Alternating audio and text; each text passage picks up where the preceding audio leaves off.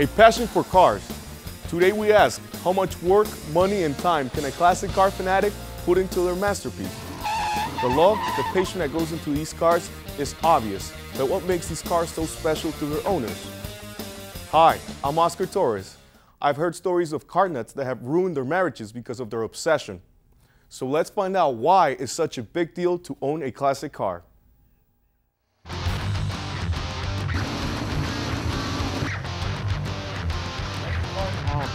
So he didn't have to replace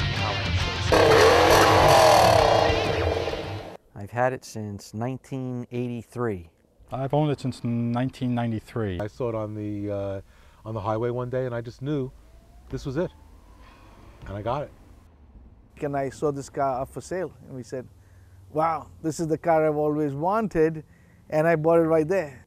This was a kind of a gift, graduation gift. That's what makes it so special. It's got 5,261 miles right now. I probably drive it maybe 5 times a year. I would say I take the car out maybe 3 or 4 times a year, tops. I want to get it in the car in the morning, and I want to use it as a regular car, of course. Well, I really want to make it into a car I can drive anytime I want to, except in bad weather, of course. Now it's just a cruising car on a nice day. It definitely doesn't see the snow or the rain. It's always covered and well maintained. Well, growing up, I always wanted one. Always wanted a Corvette. As a child, I've seen pictures of this car.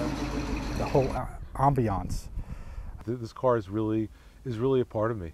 You know, really an extension of myself. Still trying to grasp the past, but in the present. To me, it's like the updated muscle car of the 90s. I'm the original owner, and I intend to always be the owner. I guess I'll become an old man driving the Corvette. This past April, Madison Park School held their first annual classic car show in Old Bridge, New Jersey. We were fortunate enough to have met some of the charismatic and passionate car enthusiasts that were there. It was fantastic to see these guys doing what they love to do best and showing off their bundle of joy.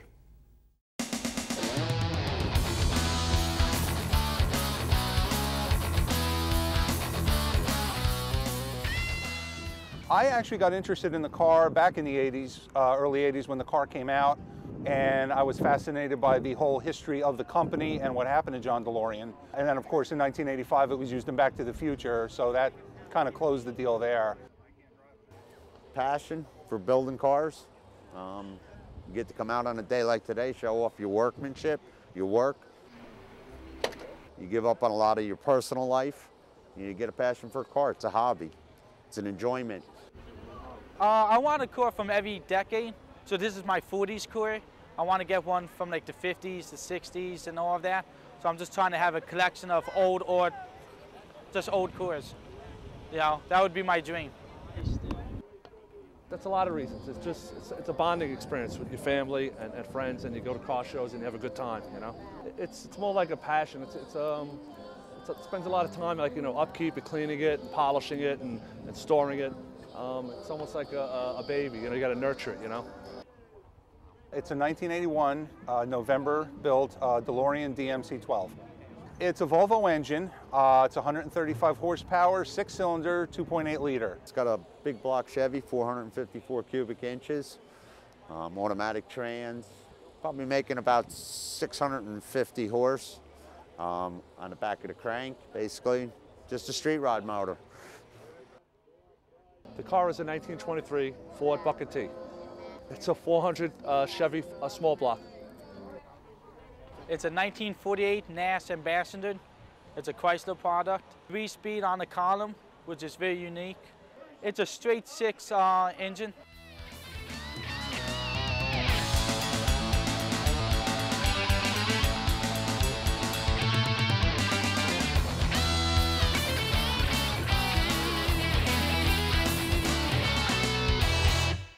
Probably the day I ended up buying this and bringing it home, June 4th of last year, was probably my biggest highlight. Just, you know, cleaning it up and taking the kids out for a ride, and they enjoy it a lot. I think they get more excited than I do, you know.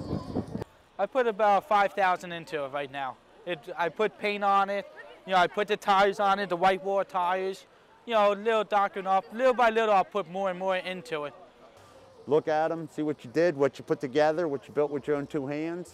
and then, you know, you start to think about the next one you're going to build. Whatever it is, cars, baseball cards, stamps, or music, find your passion, go out there and do it. Until next time, remember, if it butters your biscuit, you know it's a classic.